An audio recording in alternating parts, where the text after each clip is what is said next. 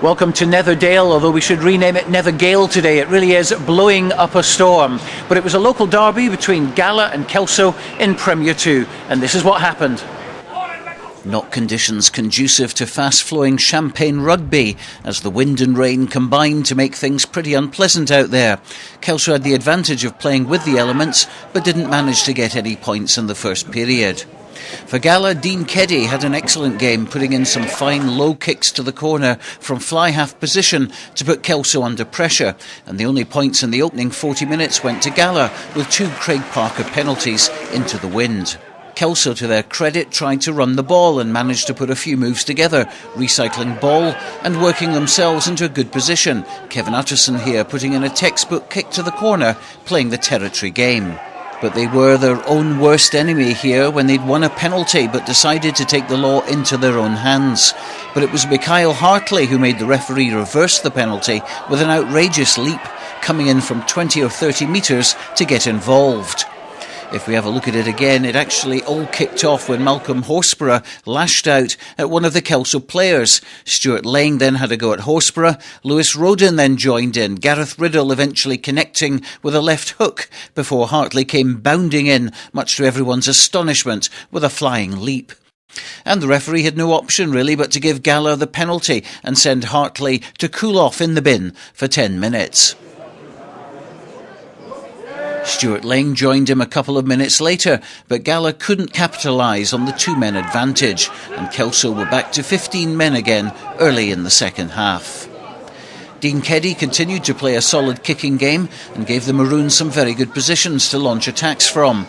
And on 51 minutes, the only try of the match went Gala's way. A clean catch by Michael Howes enabled the pack to get behind him and drive towards the Kelso line.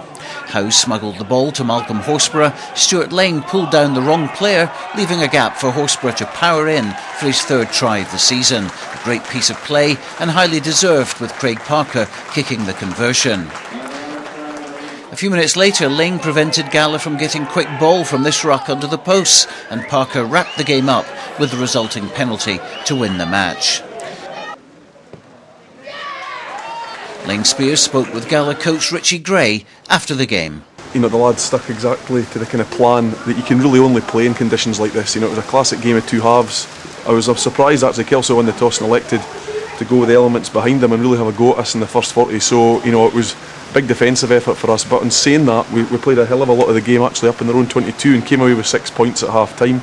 So it set us up well for the second half. But there have been times with this young side where sometimes I think it's just going to happen in the second half when you've got the wind behind you, and it's happened a couple of times this season. So I was delighted just in the way the boys played out the whole 80. You know, we kicked, I thought, very intelligently. Dean Keddy had a cracking game there, and you know, the forwards just squeezed them, and our backs still managed to get the ball through their hands on a number of occasions in horrendous conditions.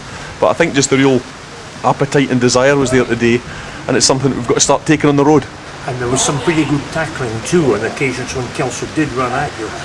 If there was an observation that was made, it was shortly before half time. You were an advantage of 2 men, 2 yellow cards to Kelso. Were you disappointed you didn't get a try?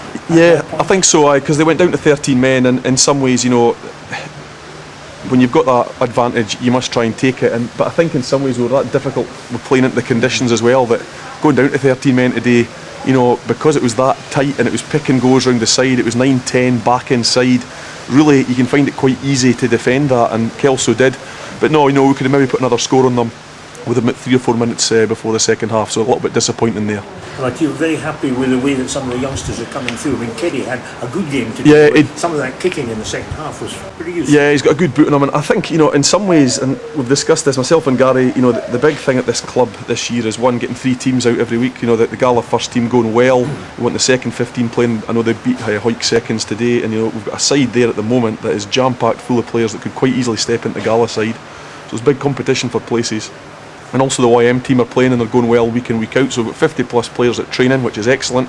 Good competition for places, but really it's about bringing the young boys through, and the only way they're going to get better is by maturing, and it's playing every week. It's as simple as that. You sometimes can't coach that into them. They have to play it week in, week out, learn by their mistakes, and it's really just managing the game. I think game management's the key thing for us And I suppose this year. the difference between this season and last season was that they're playing a higher quality opposition. It's completely different playing. You know, last year I think there was maybe 3 or 4 games in that league that really tested us.